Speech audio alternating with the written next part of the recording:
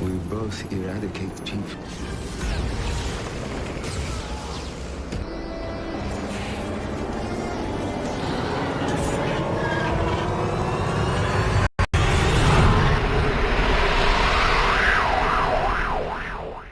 Right, hello guys, you're watching Geeks Assemble, and today another video, another review on the channel. Today we're going to do Being Human Series 2, Episode 1, 2, 3, 4 and 5. Yes, we're throwing in Episode 5 as well, because I watched it.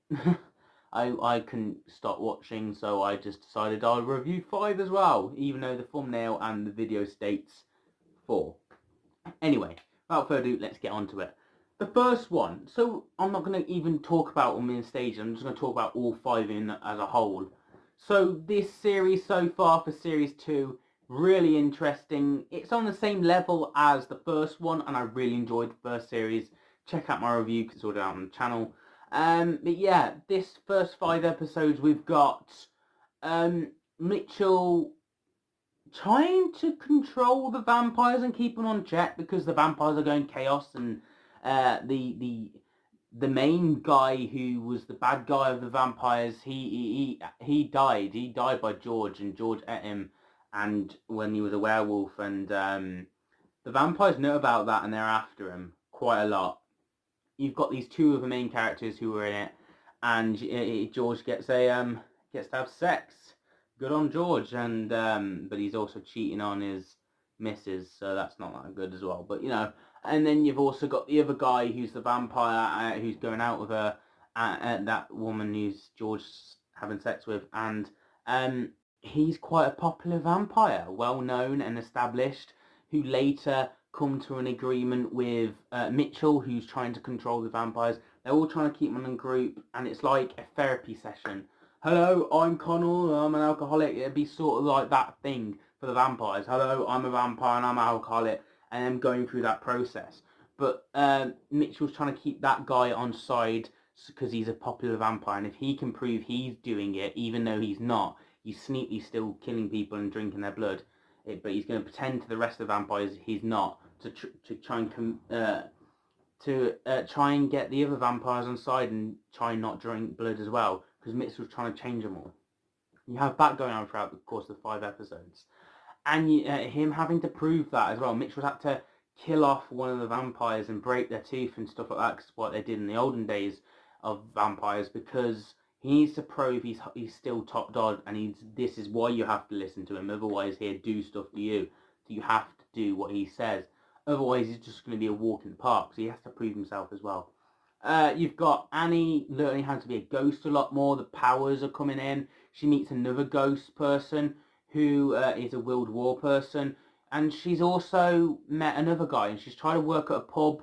And then this guy tried to rape her in a way, which is very dark and very intriguing, and Annie having to go through that experience, and then that guy dies, and he tries to bring her through the door. He's being controlled by the people behind the door that want Annie to walk through into the afterlife, and now she's getting trapped constantly with the afterlife people trying to pull her in. No one's refused death before. They don't like it, so they're trying to get Annie to go into the door. And this World War guy she meets, who's a ghost, is teaching her new tricks, like how to turn the TV off, stop the radio, stop certain things from happening, and then opening the door and trying to learn how to close it, sort of thing.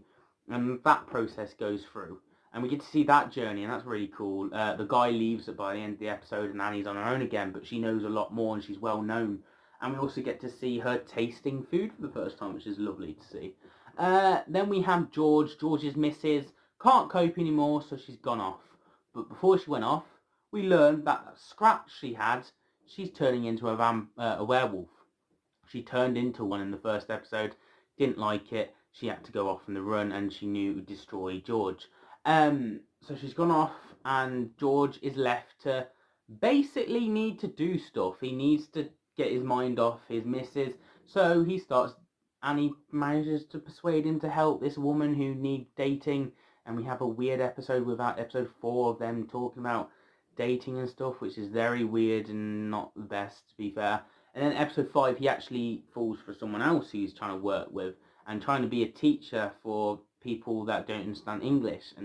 And George is trying to maintain the wolf whilst he's doing this. He wants a relationship, so he's trying to maintain the wolf in him. And he's got a checklist. He's got these box room. He's also got the bars, so he can't escape. And he's taking tranquilizers to put the wolf to sleep. Doing this, the wolf refuses that and makes George as a character, when he's not the wolf, angry and punching, and he's got Tourette's and he's shouting out, and it is very compelling. And when this other guy annoys him, who this other guy is rightfully so should get battered the way he's been treating George, but either way it's so out of George's character to do this, George starts battering the person, and now the other guy is scared of George and stuff like that. So he's very out of character and changing because he's trying to put the wolf to sleep, which the wolf will not do and refuse. So you've got all these going on. The vampires need to be in check. You've got Annie learning about her ghost powers, and George potentially in another relationship who has a kid, which we're going to later see in episode 6, so join me for that. But also we have George's girlfriend who went off. We find out in a couple episodes later, she went off to that guy from series 1 that we talked about, who's going to be apparent main villain for series 2, this series, because he's basically he's spying on him. He got a secret camera in the house, and he's been checking up and listening to what all the ghost, the vampire, and the werewolf have been saying. He's trying to examine them. He's trying to get them away from the public.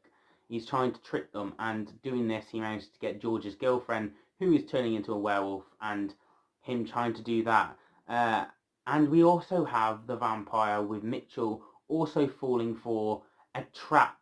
This woman who works for that old guy who's trying to do all this to them. She's trying to make Mitchell fall for her, and she's kind of falling for him a bit, but she's stopping that, and she's going to put her work first. And she's also in the hospital as well. So we have a lot going on these 5 episodes, which I really enjoy, and their characters are slowly all coming together, and it's all mashing into the finale, which series 1 did brilliantly, and I've seen series 2 before. It does it well. But we'll get on to reviewing episode 6, 7 and 8 next week on the channel, so join me for that, and we'll review the series out of 10 next week as well, like we did with the series 1.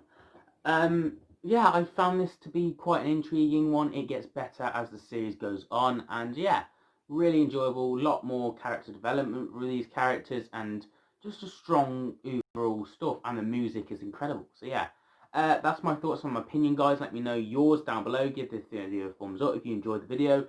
Get a little bell so you don't miss the video, and subscribe because we're trying to get the channel goal before the end of the year, and share it to someone who may like these videos if you know them who would. But also we do James Bond, Doctor Who, Merlin, Breaking Bad, Gotham, DC, Marvel. We're going to do Game of Thrones eventually, and we just do so many. This channel really is for everyone, so you might as well get them to subscribe. And as always, I'll see you guys for another video very soon. Have a nice day.